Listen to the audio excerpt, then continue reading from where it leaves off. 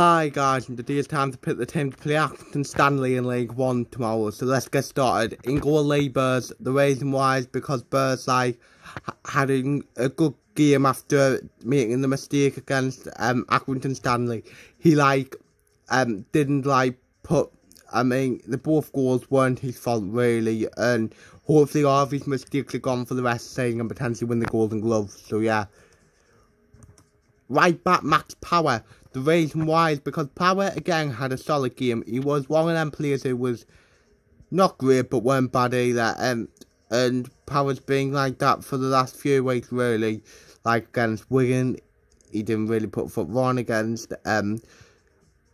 Blackpool, again he didn't really put foot wrong. And as well with the lack of options, Max Power's the only one really going to play there. So yeah. Then next to him, first second about Billy Wright. The reason why is because Billy Wright was at fault for at least one of the goals. Could even play him for the second goal. But I'm going to give Billy Wright the chance to play his way out of the bad form, especially with the lack of defenders.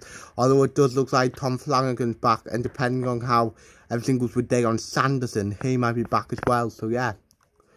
Then left centre back, Local 9. The reason why Local 9 didn't really put foot wrong against Hull. You could argue that he was too deep for the second goal, but for the first goal, but it wasn't really his fault. If Billy Wright did his job properly, that first goal probably at least he had his man. So yeah. Left back then, the human, the only change for me, he's got to come in for Callum McFadden. Callum McFadden was absolutely awful against Hull. The amount of time he got rung round by Mohammed Wilks must be a joke. That would probably be Wilks' one of the most easy games of each season. And how McFadden's League 1 football, and while if Denver Young played, even when he came on, he just kept Wilks outside of in his own half because he's got the pace, and any time that Wilks would have had to beat Young probably would do well because he's got more pace than McFadden, and I think getting pacey winners, well, I don't know if Accrington's got pacey winners. You played them for Hume over Callum McFadden easily, so yeah. Then first, second mid, Grant Ledbetter. The reason why Ledbetter, Sunderland are just a better team with Grant Ledbetter ringer. His ability to pretty much keep the game ticking, pip passes out, and he can score the odd goals with a few penalties is what we need. And yes, he might slow the game down at times, but Ledbetter for me with Carl Winchester is really our best midfielder. It'll be interesting when we get the defenders back what happened with Local 9 and Max Power there. So yeah.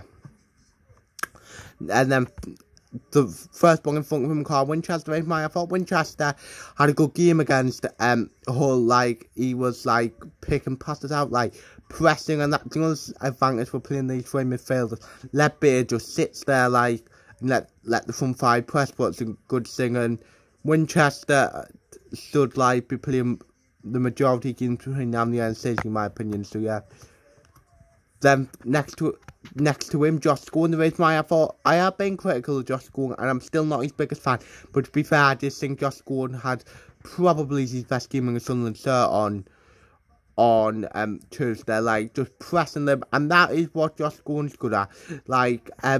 Maybe causing havoc and pretty much winging the ball back, not trying to make him being the one that keeps the play ticking. And so yeah. Right wing Lyndon Goetz. The reason why I thought Lyndon Goetz had a decent game, got an assist, won the penalty, and I've heard that Hull fans were just saying that was Elder's toughest game against the right wing of the season, or something. And I hope Goetz can have a good end to the season and maybe force his way into him in playoff, because I don't think he's a good player, and he just had a rough time of it recently. So yeah. Left wing Jordan Jones. Just to tell you, I wouldn't risk giving McGeady out of one bother because I don't want it to be the first inning in League 1 2.1, but Jordan Jones had a good game against Hull, got a goal, what was a very good goal between him and Goetz, where Goetz won the ball back and Jones scored, and I do think in some games playing Jones can be a balance to playing with McGeady, although McGeady is technically our best player, but if we want to press, Jones and Goetz is the way to go. Although I'm not saying I wouldn't play McGeady in the playoff, because I would, but it might give us the time to experiment new things, see what we can do. But I won't be surprised McGee did play, so yeah.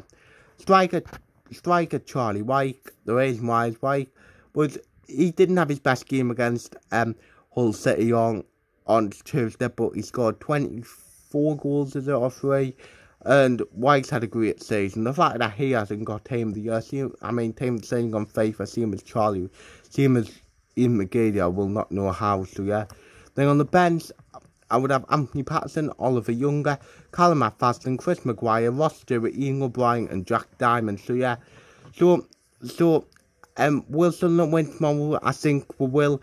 I don't simply keep a clean sheet. We'll probably consider daft goal from either a set piece or a stupid, just a stupid goal, where it could have been avoidable, not world class. But I'm going with Sunderland 3, Accrington 1, and I'll see the front 3, John Jones, Lyndon Goot, Charlie White score. What would edge would even include to confirm the playoff, depending if Portsmouth don't win and we win, we'll confirm. So yeah, that's the end of the video. Hope you've enjoyed it.